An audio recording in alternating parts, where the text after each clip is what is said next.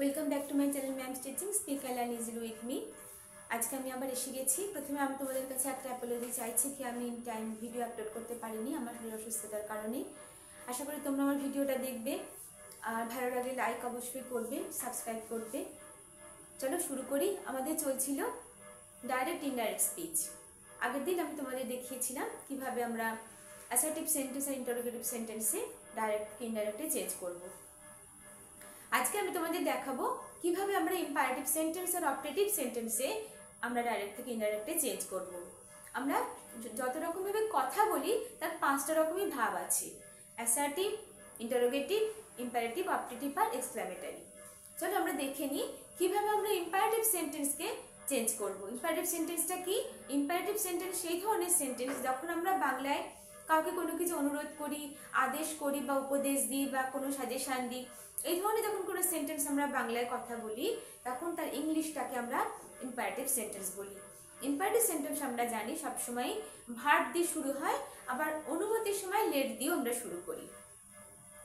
তাহলে চলো আমরা দেখে নিই কিভাবে আমরা ইম্পারেটিভ সেন্টেন্সকে ডাইরেক্ট থেকে ইনডাইরেক্টে আমরা চেঞ্জ করব। চলো কিছু এক্সাম্পল দেখি। প্রথমে আমরা কি দেখব, এখানে আমরা কিভাবে কি চেঞ্জ করব। প্রথমে রিপোর্টিং ভার্বের সাবজেক্ট, তারপর আমরা অ্যাকর্ডিং টু সাবজেক্টের রিপোর্টেড স্পিচের যে মিনিং আছে সেই মিনিংটার উপরে বেস করে আমরা অর্ডার, রিকোয়েস্ট বা অ্যাডভাইস এটা ব্যবহার করব।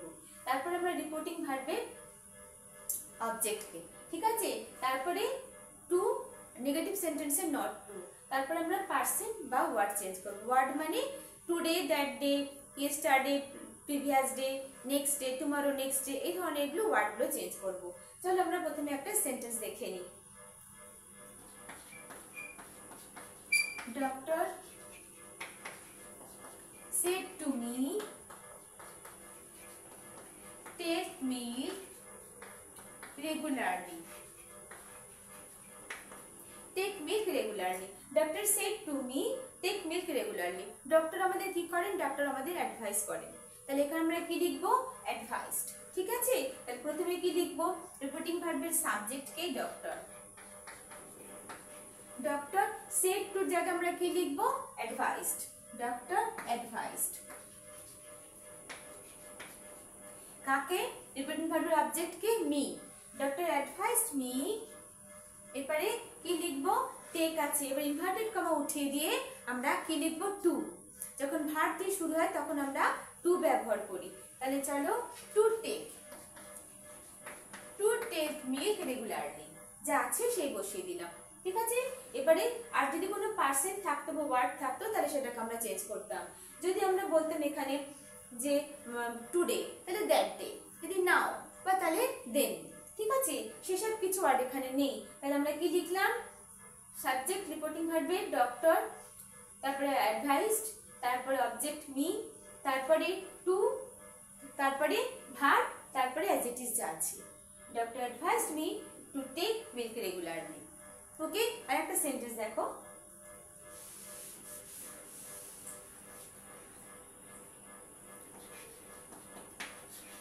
Riya said to me, please bring your book. Riya said to me, please bring your book. এখানে দেখো প্লিজ আছে, অর্থাৎ এই সেন্টেন্সটার মানে কি বোঝাচ্ছে? না, একটা অনুরোধ বোঝাচ্ছে, রিকোয়েস্ট বোঝাচ্ছে।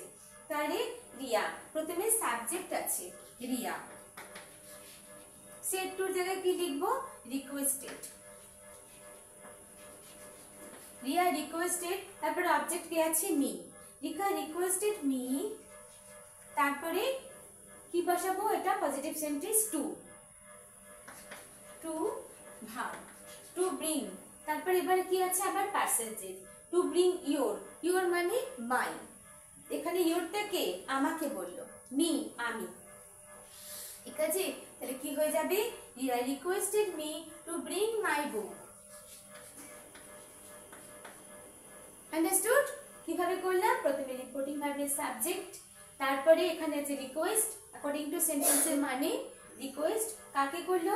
অবজেক্ট এখানে মি, তারপরে টু ভার্ব, তারপরে আবার পার্সেন্ট চেঞ্জ হলো, ইয়োর কে আছে এখানে মি, তাহলে এখানে মাই হয়ে গেল। তারপরে আবার যে ওয়ার্ড আছে বুক, ঠিক আছে, Riya requested me to bring my বুক।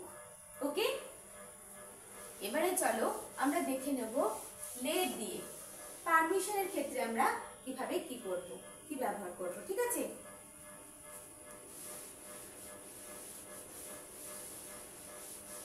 প্রথমে দেখো রিপোর্টিং ভার্বের সাবজেক্ট, তারপর আমরা কি ব্যবহার করব,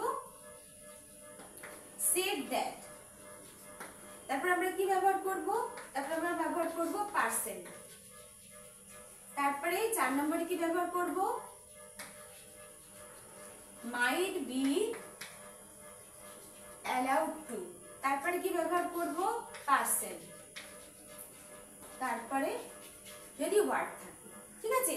তাহলে এবার দেখো সেন্টেন্সটা,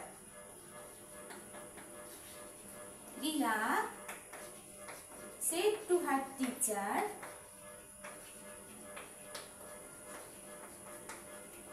let me go out, Riya said to her teacher let me go out। এবার তাহলে আমি কি লিখবো, প্রথমে দেখো রিপোর্টিং ভার্বের সাবজেক্ট কে আছে, রিয়া, এরপরে said that, Riya said that, Riya said, তারপরে that, তারপরে কি আছে পার্সেন্ট, এবারে কে সি, রিয়া চেঞ্জ করবে, ঠিক আছে, সি, এরপরে কি হবে might be allowed to, Riya said that she might be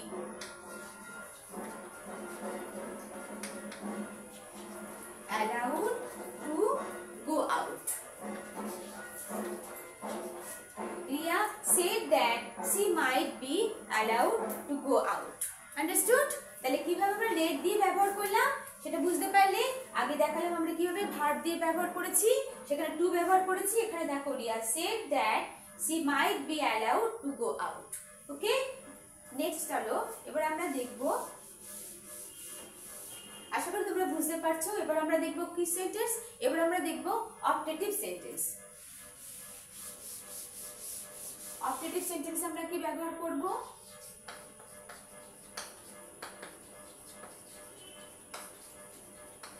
optative sentence, এখানে আমরা প্রথমে কি ব্যবহার করব, নাম্বার 1 এ রিপোর্টিং ভার্বের সাবজেক্ট, তারপর আমরা কি ব্যবহার করব, অপটেটিভ সেন্টেন্সটা কি, অপটেটিভ সেন্টেন্স সেই সেন্টেন্সগুলো যখন আমরা কাউকে উইশ করি বা প্রে করি, কাউকে নিয়ে যখন আমরা ভগবানের কাছে প্রে করি, আর যখন আমাদের কোনো মনের ইচ্ছা তাদের উপর বলি, উইশড বা প্রে, তাহলে আমরা কি লিখব, নাম্বার 2 এ উইশড অর প্রেড দেন, ঠিক আছে। তারপরে আমরা কি হবে, তার নাম্বার 3 তে পার্সেন্ট চেঞ্জ হবে, তারপরে কি চেঞ্জ করব আমরা,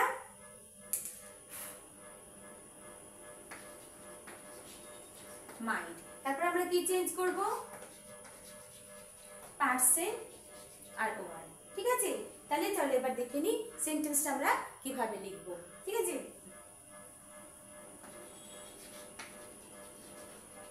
My mother said to my friend,